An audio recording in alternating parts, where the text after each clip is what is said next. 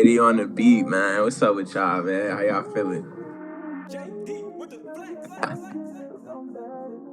Man, I'm from King Queen, Virginia. I go to Virginia State University. I'm a senior.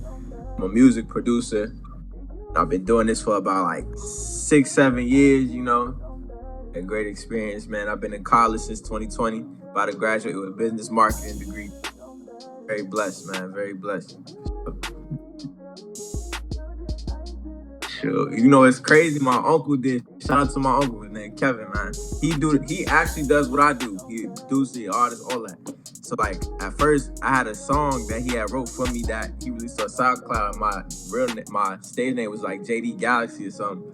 So I was like, when I became a producer, I was like, I don't know if I'm gonna keep the Galaxy part, but the JD was crazy because like when he told me, I said, what JD stand for? He was like, man, your initials backwards. I said, and you know, everybody DJ, not everybody a JD though, you feel me? So it's like, worked perfect, man. It worked perfect. You know what I'm saying?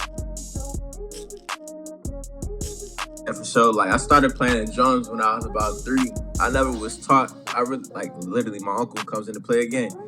My own family, they sing in a gospel group, and we used to play the drums for them. So you know, most every Sundays, like when I was younger, I'd be in church watching him playing the drums. And so when I started playing the drums, and I just really just looked at what he did and did it on my own, and then just got better at it. And so how to transition? Yeah, like from the transition went from playing drums to like I said, I got it from my uncle. So when I started seeing him record, started seeing him make beats, that made me want to do it. And then once I started making my beat, like making beats and stuff.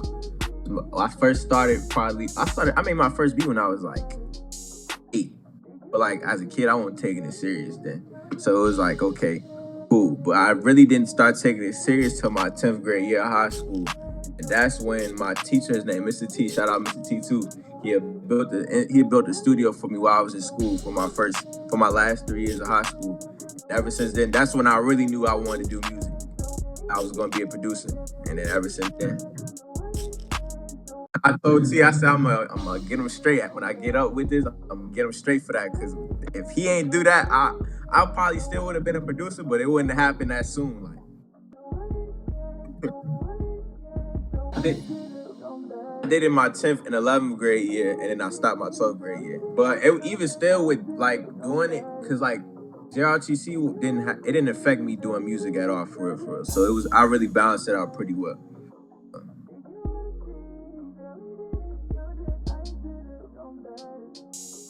And my mom, shout out to my moms, man. Like, love my dude so much. Like, for real, my mom's put so much money and like time behind my music. So it's like it really was like no choice but to do it. And then she believed in me like more than anybody. So it's like, all right, cool. Like my whole family believed in me, don't get me wrong. But like my mother, like, hell yeah. If you want to do it, you feel me? My mom, that's my heart, man. Like, man, I'm telling you, if it wasn't for my mother too, I don't even know if I would have been this far. But she really like my mother, my uncle, both of my mother, my 2 uncles, like even like my family used to have long car rides. Like if we was going to play somewhere at church, they'll be playing Soul Town or something. I'll be listening like stuff from like the 60s and 70s all the way down the road, and I'll be like, I actually like that. I'm gonna use that one day or something. You know what I'm saying? So it calmed my family. Like I said, my family is music based, so you know what I'm saying. Like I listen to everything. I get it all from my family. Like with my inspiration with that, so like I said, I listen to a lot of music. So I listen to different kind of genres. So probably most of my melodies that I be making now probably sound like it's from church for real, but it's just got its own little rap to it, you know what I'm saying? So I'm still working on it as of right now because I feel like I can get much better with making my own melodies. But I just like I don't know how to play the keyboard a lot. Like I don't know notes and everything. I really just play by ear. So whatever I hear and it sounds good, that's what I'm gonna keep. So like it just whatever I feel, that's what comes out, and then just let it go. You know what I'm saying? So it's a cool experience. But once I get my sound, then y'all gonna know. You feel me? All right, so we figured out how you got the melodies and the inspiration to create the melodies for your beats. How is it showing that off on your new YouTube series, Rich Off Rap Chronicles? Because I know you have 2 episodes right now, but we're waiting for more. So how is it, showing off your talents on the show? Man, it's an experience because I'm not used to having people watch me. Well, not even people. I'm not used to having not being recorded while like in my craft process. You know what I'm saying? So the first like I got used to it quick, but it's like you got somebody watching you over your back all the time, so you don't want to mess up in front of the camera and stuff. Gotta look fresh, gotta look fly. You feel me? But it's been a good experience though. I will say it's helped a lot with like how can I say it? It's helped me a lot with like being under pressure too, and then like not being nervous when people watch me make beats, because it's gonna be times when I'm in the studio and it's gonna be like 4, 5, 10 different people, you know what I'm saying, watching me doing stuff. So it's helped a lot. But yeah, we're gonna have some more Rich Off Rap content coming soon. So. Definitely, man. You gotta get on the TikTok, you gotta get on everything nowadays. They lying, man. Crazy, man. As a producer, so you say you create in the studio a lot of the times. Is that like a safe space for you, or where would you say is like the best place to create as a producer? But for me, to be honest, I have 2 spots. Like the studio, of course, that's my safe space. Then I got like I got set up in my room too, like where I stay at now. And then my uncle's spot too, cause he got his own little studio in there. So those are like my 3 safe spaces I love to cook up at. Like I don't know. It's just like when I get there, it's just like I tune everything out, and then I'm just in that mode. You know what I'm saying? And just magic just happens. You know what I'm saying? I'm like a person like now I'm trying to figure out how to create, because I produce as well. Like aside from singing songwriting, I'll be producing. So I'm trying to get into like being in different places and trying to produce based off my environment, just to see like what happens. But I feel like I do make the best stuff at home when I'm like comfortable in my own space. Like, and I feel like I don't have to worry about too much other shit besides the music. So yeah, that's for sure, man. Oh God, that's like for real. Important. It's important. So I know you talked about you wanting to have plaques and you wanted to put out a project. So for your first mixtape, what do you think that would sound like? And do you have like a signature sound? Do you have like something that you would implement to like set yourself up for like greatness, to differentiate yourself from the competition? So I would say like what's crazy is my sound is okay. So we was talking about the melodies part first. I'm still trying to find my sound with the melodies, but I feel like my drums are enough of a sound as it is. Like everybody knows I be making beats. They be like, oh yeah, that's JD on the drums or something like that. You feel me? So with the tape, it's like I want the tape to be so versatile. So I want to be able to have jumps like hip hop. I want to be able to have hip hop tracks. I want R&B tracks. I want pop tracks. I want everything on there. You know what I'm saying? So I can show the people I can do anything, like and everything. Doesn't matter what genre it is. Yeah. But we probably first off start with like hip hop and R&B. Type shit. You know what I'm saying? But I was listening to the beats. I got into the Summer Walker beat that you did. I fucked with it heavy. I like the Anne Marie beat too. My favorite artist, right? Summer Walker for real? But like my favorite female artist, Summer Walker, and Anne Marie's my 2 favorite artists. I listen to them like every day. That's crazy. We had Anne Marie perform at Texas Southern last year for our homecoming, and I love Summer Walker. Like love Summer Walker. So that's crazy. You know what's crazy? Because I'll never forget this. On Instagram, I had posted a beat, and she had Anne Marie had comment under it. See, I need that, and I was like, okay, bet. But then I texted her in the DM, and she didn't respond back. So you know how Instagram is. And I just happened to see like her booking email. So I sent her a booking email, but it's like I highly like.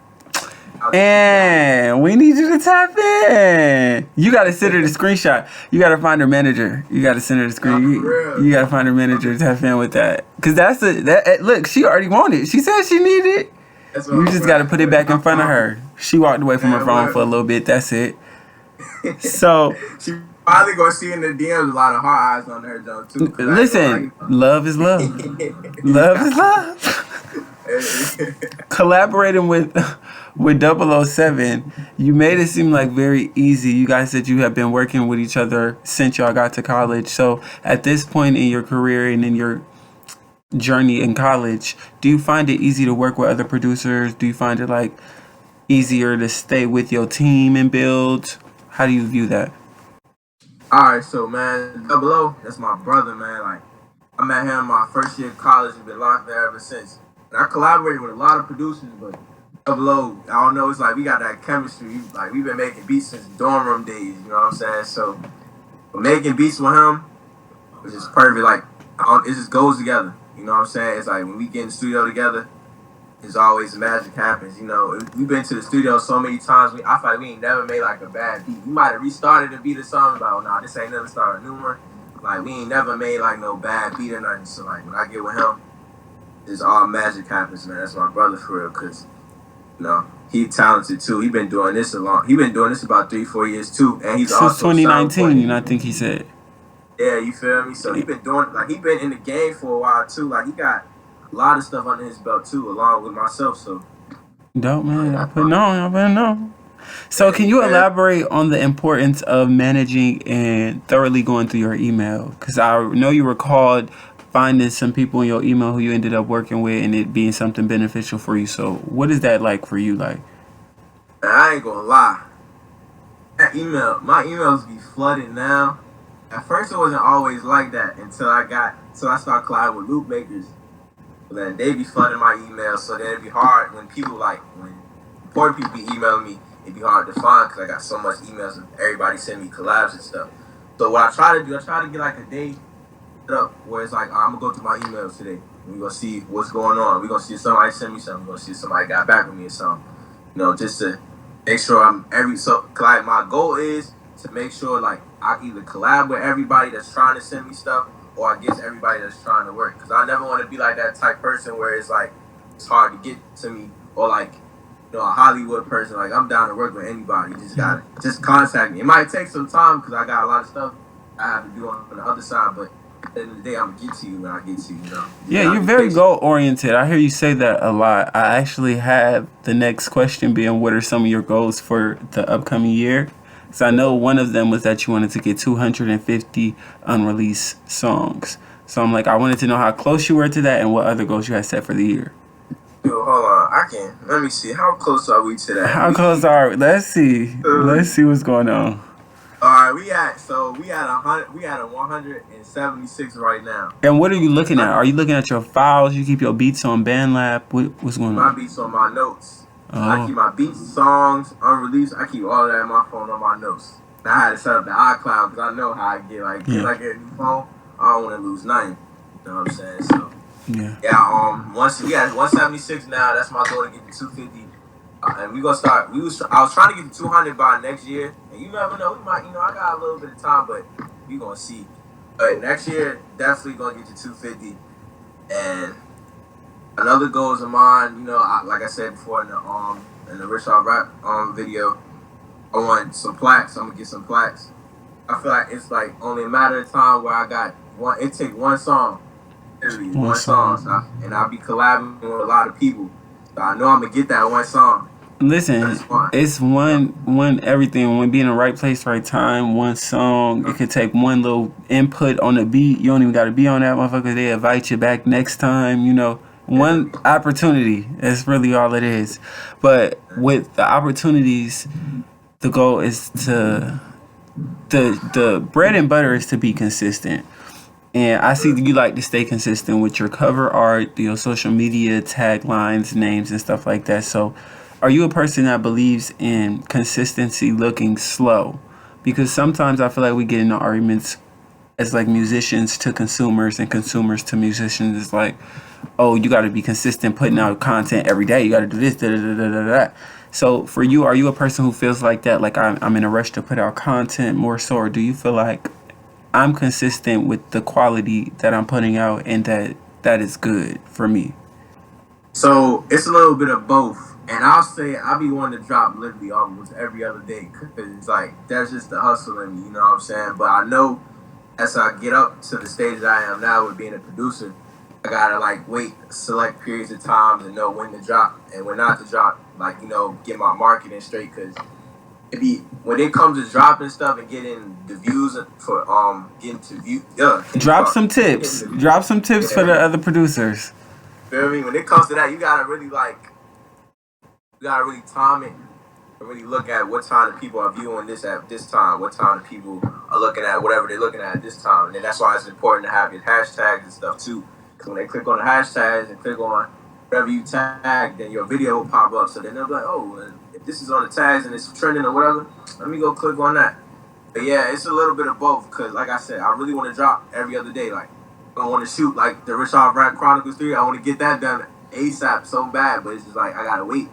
I know when to drop because it's like you said, it's a marketing thing, man. Like you just gotta know, play a card, like to get them out of the views. Because like I did doing that, like the especially on Instagram, because Instagram is probably like the most people I like interaction I get with a lot of people. I think that video, the first video I did with the Rich Off Rap Chronicles, it hit like 13K in like 2 or 3 days. And then that was with paid promotion because I had paid to get make it an advertisement. One that just dropped, the episode 2, actually is almost at 10K, and I didn't even promote nothing. Like I just based off people just looking at it, the tags. I'm sending it to people so they can repost it. Getting it out there though. Yeah, you feel me? It's a blessing, man. It's a blessing. It's hard work, but it's a blessing, man. Everything hard work though, but we want it. It don't feel as hard. Oh God. Okay, so we got 2 segment games that we're gonna play. The first one is gonna be called, or no, that's the wrong game. So I'm going to start over because you sit here dying and like this shit is really killing me. Like I can't. Okay, so we're gonna get into 2 game segments. The first one being song about an ex. So I want to ask you, what is a song that you can hear right now and it will remind you of your ex, but that you can't let go of? I ain't gonna lie. I let go of all my exes, so that's kind of hard. What's a song that like like when you hear like something like Best Part by her and Bryson, you know like that song is like you're gonna be like, damn, I missed 2019 with my, you know what I mean? What song does that for you? If not one, then none. And he's stiff on the hoe. Nah, I ain't gonna lie, that song by Emery, even though it's based off a female version, we can switch to a male version. It's called Back to the Streets. That's probably like, you feel me? You know what I'm saying? Type shit. I remind me of my ex. Mind over matter. Yeah. Okay. You know Okay. Enough about the past. I got a song in your head right now. What's a song that reminds you of somebody you have a crush on?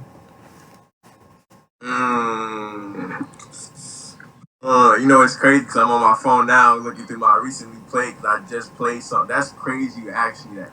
On the way to work this morning, this song played in my head, and then my crush ended up texting me when that song played. Hold up. Nah, God.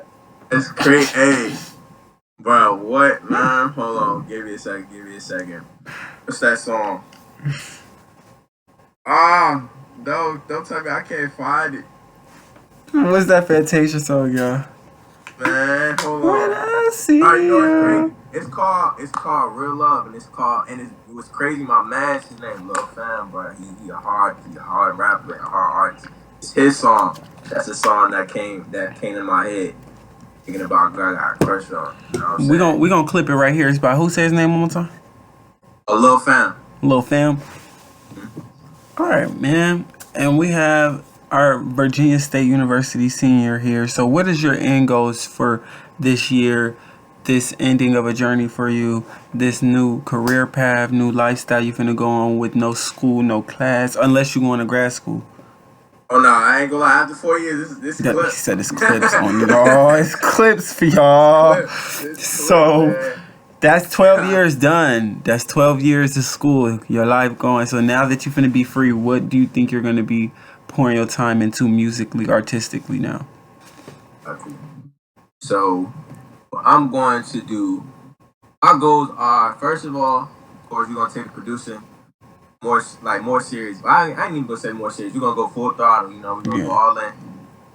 I'm doing an internship now with a label called Route Runner that's partnered up with Def Jam, which is helping me get into the business side of music and get into marketing too, along with my degree. I want to become A&R. I want to own my own label. I want to help my people out with getting them signed and everything with the artists that I do work with and the artists that I know coming up. And for the goals to end out the year, I just want probably my goals for the year is to I at least want my Rich Off Rap video, the first one, to at least hit like 300 views on YouTube. That's all I want. We almost there. Nah. Your shit at like 200 something. Yeah, you feel me? So like I feel After like this, your shit gonna go up. You gonna get some more shit to post. Your shit gonna go up. Yeah, man. I'm telling you, man. But those are my goals for real. I think I probably have more. I can't even think of right now, but right now, those are the goals. Okay, now do your press run. This your outro for the people. Let them know who you are, where they can find you, where your beats are, if you're on BeatStars, what sounds you do, all that good stuff. And it's your boy JD on the beat. Instagram JD on the beat, and the spelled THA_. My TikTok JD on the beat 804. I have a BeatStar account. It's the same thing. JD on the beat 804. I gotta get on me for that because I don't even be posting on BeatStar like I should. So y'all can find me on there. If y'all don't, just DM me on Instagram or just email me. Email JD. You would be good for them too because they be doing little challenges. I just did a little challenge with them for Damian Lillard. I didn't win, but you get some money on there and get some real opportunities. For real. And that's what, man. I appreciate you for having me. Hey, y'all keep looking at the Rich Off Rap Chronicles, man. Keep running that up for me, and I appreciate you, man. All blessings for sure. JD on the beat, y'all. This is MacArthur from HBCU Tunes, and we are signing out.